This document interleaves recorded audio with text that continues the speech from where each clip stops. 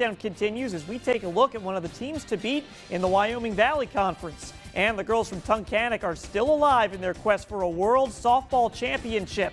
I'll recap the heroics from last night and look ahead to tonight on Eyewitness News at 6, which starts right now. Now on Eyewitness News at 6. Kind of see your life flash before your eyes. It's pretty terrifying.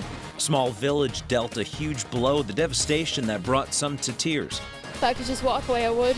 And they're not alone. The damage, the heartbreak, and the cleanup in another community hit hard by flooding. In many ways, this library in Port Carbon is the heart of the community. Well, it was devastated by flash flooding. What is the future of this library? Proudly covering all of northeastern and central Pennsylvania, this is Eyewitness News at 6. Good Tuesday evening, everyone. Glad you could stay with us tonight. I'm Nick Toma. Candace Kelly has this evening off. More rain and more problems for northeastern and central Pennsylvania. The latest round of rain slamming into the northern tier. Tunkhannock Creek in Wyoming County was well above flood stage today, and part of Route 6 had to be shut down between Black Walnut and Laceyville because of landslides and flooding.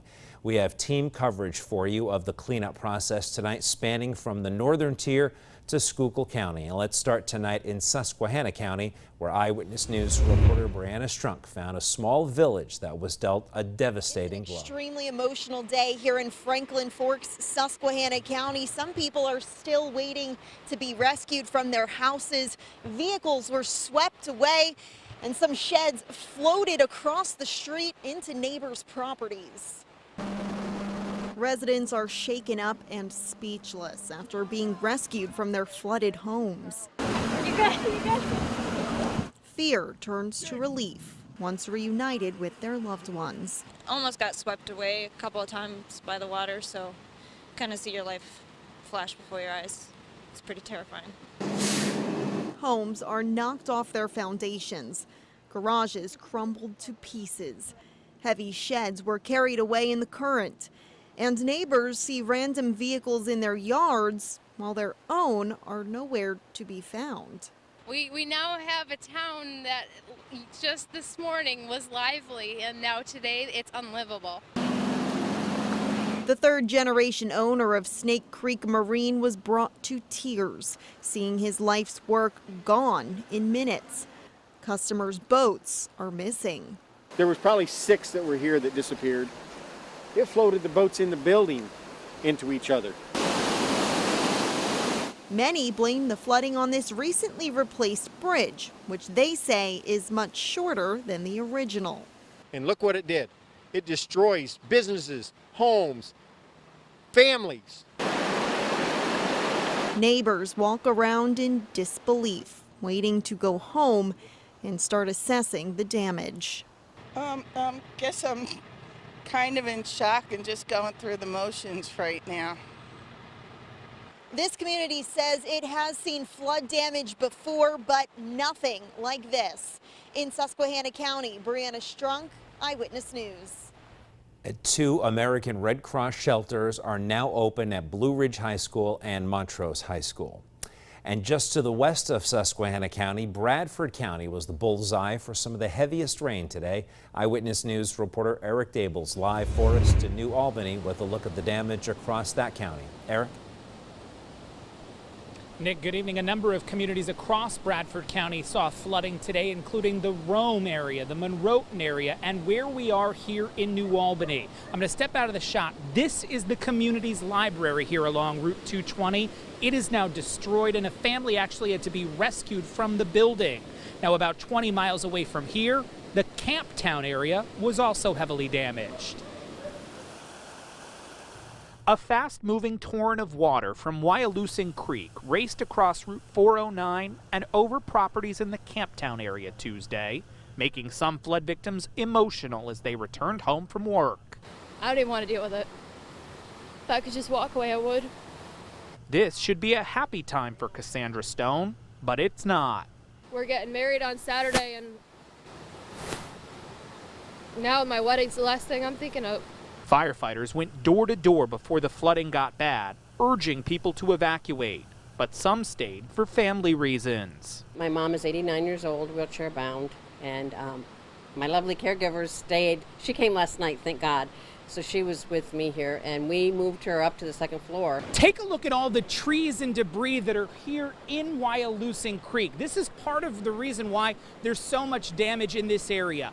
This pretty much acted like a dam, sending water out onto both sides. These people are losing their homes, they're losing their yards, their property. I mean, it's just a mess.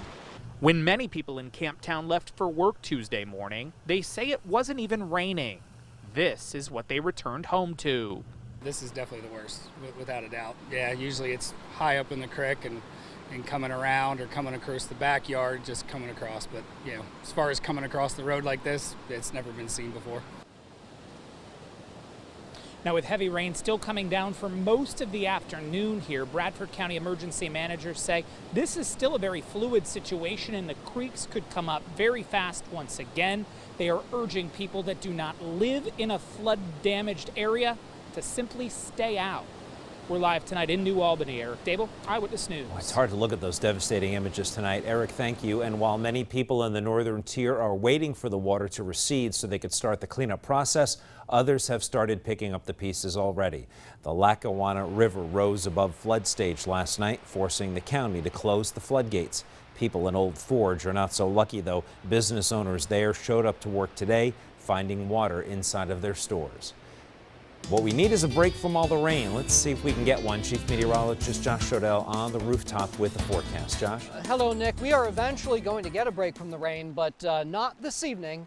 We just need to be a little more patient. Right now, let me show you this radar, give you a sense of what we are looking at. A few rain showers around and maybe even some rumbles of thunder. There are some pockets where this rain is coming down at a pretty good pace, including parts of Luzerne County, in and around Wilkes-Barre and Hanover Township, and this goes even farther south into Columbia and Schuylkill counties. Now, the good news is, in Bradford and Susquehanna counties, most of that heavy rain is tapering off. Where you see the green, that's where we have flash flood warnings and flood advisories. That means flooding is occurring right now. Scattered showers and thunderstorms will gradually come to an end, and by tomorrow morning, we think it'll be dry. Download the new and updated Eyewitness weather app. Interactive radar is there, and you can customize the alerts that come right to your cell phone. Nick, we'll talk about a break from the rain, and we'll look at those river levels. I'll see you downstairs. See you in a few, Josh. Thank you. Cleanup continues tonight from Monday's flooding that wreaked havoc on Schuylkill County. Residents there have a long road ahead. One community also lost one of its favorite gathering places, their public library. Lead I-Team reporter Andy Mihalchik is live in Port Carbon tonight with a look at that damage. Andy? Well, good evening, Nick. Some people call the Port Carbon Public Library here on Pike Street the very heart of this very small community. Well, because of flash flooding, at least for now, that heart has stopped beating. It breaks my heart, to tell you the truth, to see like pretty much what you've devoted your whole entire life to. Jason and Tracy Abadi show me the damage caused by flash flooding. When you come in and you see mud on the floor and books ruined, laying all over the floor, it's really heartbreaking and depressing. The library is a big part of this small, close-knit community. Many come here to use the computers that no longer work. We have lots of people that come in here. They use the library for work, for leisure, and with it being down, I mean, I don't know how long it's going to take for us to clean up and replace things. Just heartbreak because we have so many kids that come in here, so many people that depend on the library for so many things. Now, your bodies tell me that the damage estimates are probably around $50,000. Now, the borough of Port Carbon owns the building. It does have flood insurance, but it's still unclear at this point as to whether or not that insurance will cover the cost of replacing the books and the computers. Reporting on Pike Street in Port Carbon, Schuylkill County, Andy Mihalchik, Eyewitness News. It's going to take a while to get that library back to normal, that's for sure. Andy, thanks. Elsewhere in Schuylkill County today, the water has receded in Tremont, and the cleanup from all the recent flooding continues. After Monday's rain, the mayor tells us at least 20 homes in Tremont had between 18 inches to 6 feet of water on their first floors. The Red Cross is in town there assisting about 200 people, and borough leaders are getting ready for a town hall meeting. It's at 6:30 tonight inside the gym at Borough Hall. And parts of Columbia County are also in cleanup mode tonight following Monday's flooding. Homes and businesses along Route 11 in Bloomsburg had to undo what the floodwaters did. The staff at Dr. Brown's Eye Care discarded damaged materials they couldn't salvage. Workers were able to save most of the contents from the optometrist.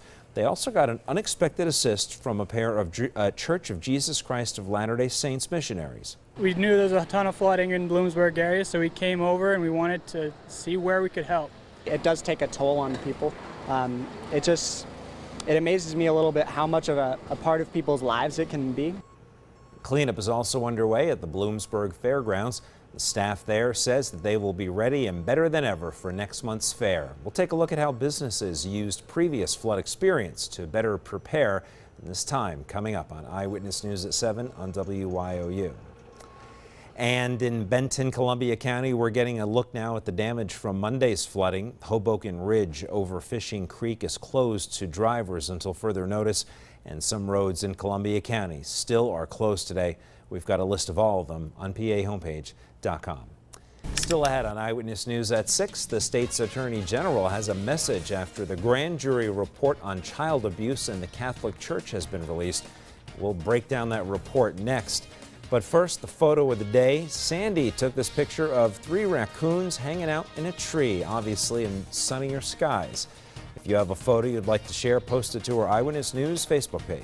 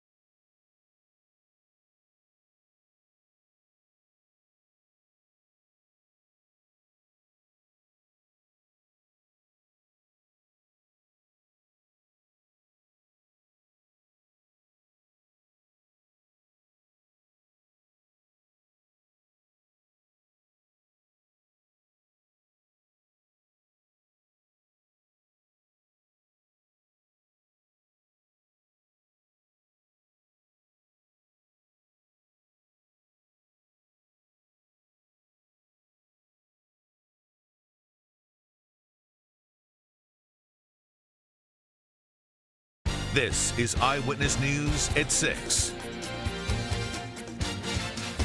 An almost 900-page report released today reveals years of child sex abuse within 6 Pennsylvania Catholic dioceses. That report names more than 300 priests, including nearly 60 in the Scranton diocese. In that report, it says Scranton Bishop James Timlin wrote a letter to a priest accused of raping a girl, getting her pregnant, and then arranging an abortion. The report says that letter was meant to console the priest. The state's Attorney General says church officials used religion to justify their actions to their young victims. Church officials routinely and purposefully described the abuse as horseplay and wrestling and inappropriate contact. It was none of those things. It was child sexual abuse. In many cases named in that report, the statute of limitations has expired. After that report was released this afternoon, the Scranton Diocese released a statement saying in part, quote, "While the past cannot be changed, The diocese remains dedicated to keeping our children safe from abuse moving forward. I'll have much more from the diocese tonight on Eyewitness News at 11. We will be right back, and Josh has the full forecast next.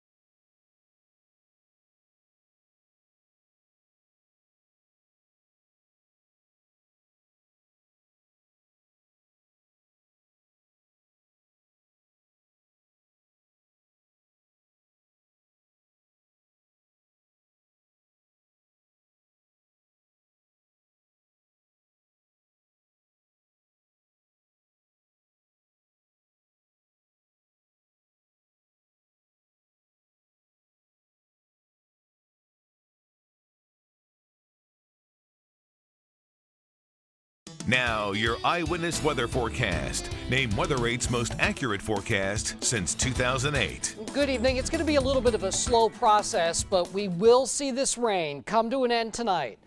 And we have our fingers crossed. We're thinking tomorrow may actually turn out to be a dry day.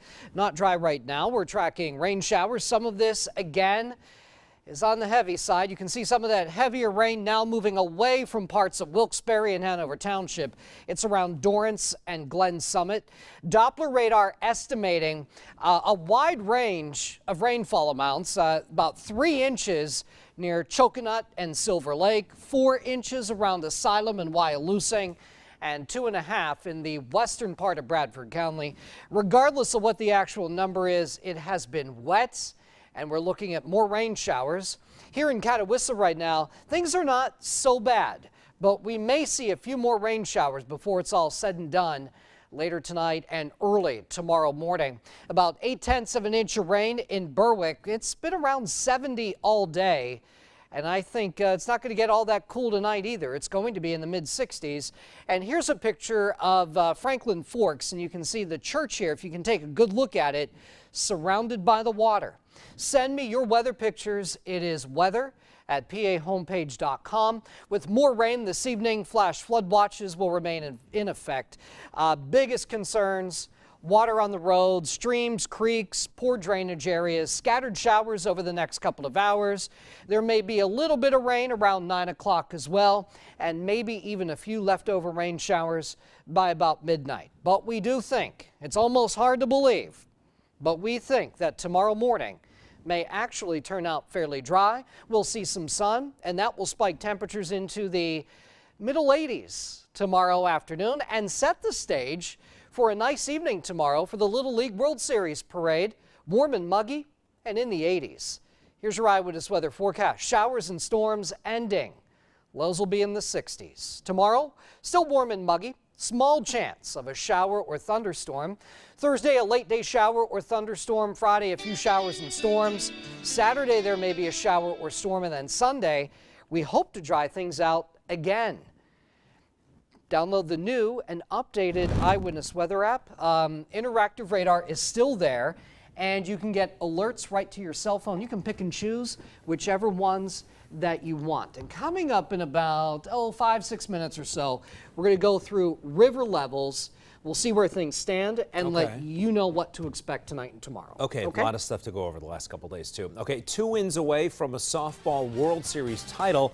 Yeah, the Tunkhannock Tigers continue to impress big time on the West Coast. AJ has an update on their status next.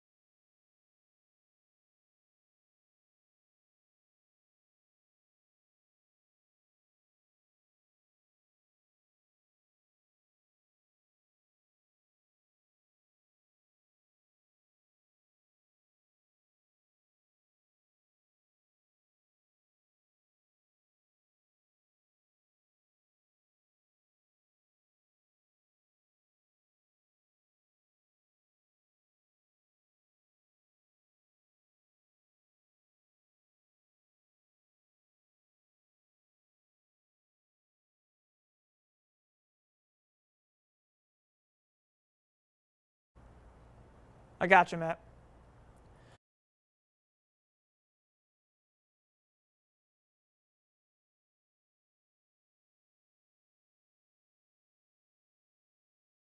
Now, Eyewitness Sports, 8-time winner of the PAB's Excellence in Broadcasting Award. As our high school football preseason top 10 countdown continues, we're taking a look tonight at the biggest school in northeastern Pennsylvania by enrollment, and this football team is expecting a big breakout year. Number 9, the Hazleton Area Cougars. Football games are not won on paper. That's why Mike Brennan and the Cougars are not getting wrapped up in the preseason hype. Well, it's exciting. You know, it's exciting for our kids who have put a lot of time into the program the last few years, but the chatter doesn't mean a whole lot. You know, August 24th is when it starts. Brennan knows his Hazleton team needs to stay grounded despite high expectations, but that doesn't mean they won't go to the air. Sparky Wolk returns for his 4th year as starting quarterback. We really put the work in the offseason, and we're looking good right now. We just got to show what we have. These 4 years I've been here, the work ethic of everybody has really rose, and we just have to show what we can do on Friday night. I think on the basketball court, people got an opportunity to see him operate, and he operates the same way in the football field with his leadership and his toughness and his ability. Wolk has plenty of options around him returning. Top rusher Damon Horton is back, as is senior wideout Noah Schneider, who exudes confidence in his teammates. I honestly think we have 3 of the best receivers in the state, with Jacob, David, and myself. And Sparky, I think, is the best quarterback in the nation. I won't lie. I really do. So I think we're going to be really good in the passing game. And Horton has his own lofty goals for this squad. We always had the district title on the back of our head, but I mean, we need to go week by week and not worry about too much as far ahead of us. Hazleton finished over 500 last year for the first time since 2009. Now, the Cougars are aiming for the next level. Are we able to win a home playoff game this year, put ourselves in position to play home week 11? Are we able to play for a championship game again? You know, that's the challenge, but I feel like these guys have the maturity and the experience and the resources to be able to do that. 2 down, 8 to go as the high school football regular season inches ever closer. We are revealing one team per weekday leading up to week 1, and we'll have team number 8 on Wednesday. We're heading out to District 4 for that. In the NFL, an Eagles fan living in Western Massachusetts helped spearhead an effort to get this digital billboard up by the Patriots' home of Gillette Stadium. The Eagles travel there this Thursday for the preseason, and the fan, Gina Lewis, says she means no disrespect by it. It's just fun trash talk, reminding Patriots fans of the events of Super Bowl 52. And last night, just before midnight, Tunkhannock softball up against the Philippines at the Little League World Series of Softball. No score until extras, and in the 7th, Ella McNeff with a drive into the gap. That gives the Tigers the lead, and then Elena Kolsakavich drops that one into left field for insurance. Tunkhannock wins 2-1. They move on to the semifinal round. The Tigers are just 2 wins away from conquering the whole world, but no time to rest. Semifinals are tonight. Ohio faces Louisiana first, and then the nightcap, Tunkhannock up against the host state, Oregon. The tournament is played in Portland. And if the game's over in time, it starts at 9:30, we'll have highlights on Eyewitness News at 11. That's your check on sports. Josh has one last look at your forecast next.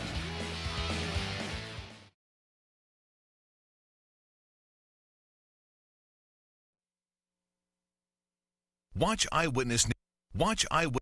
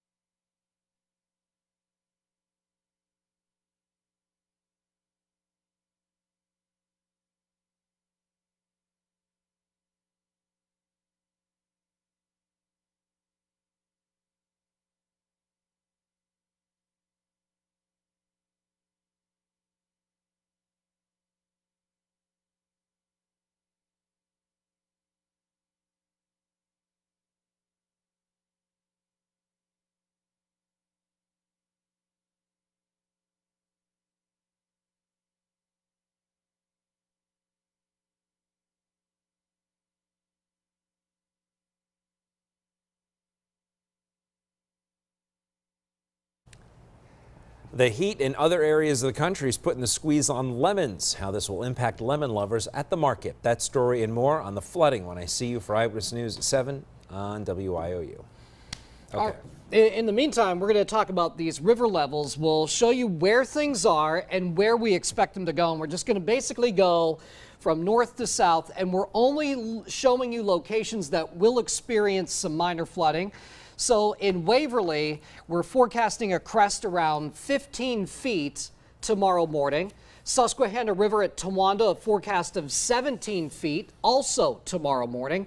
Mashopin, a forecast near 30 feet, and that's likely going to happen tomorrow afternoon.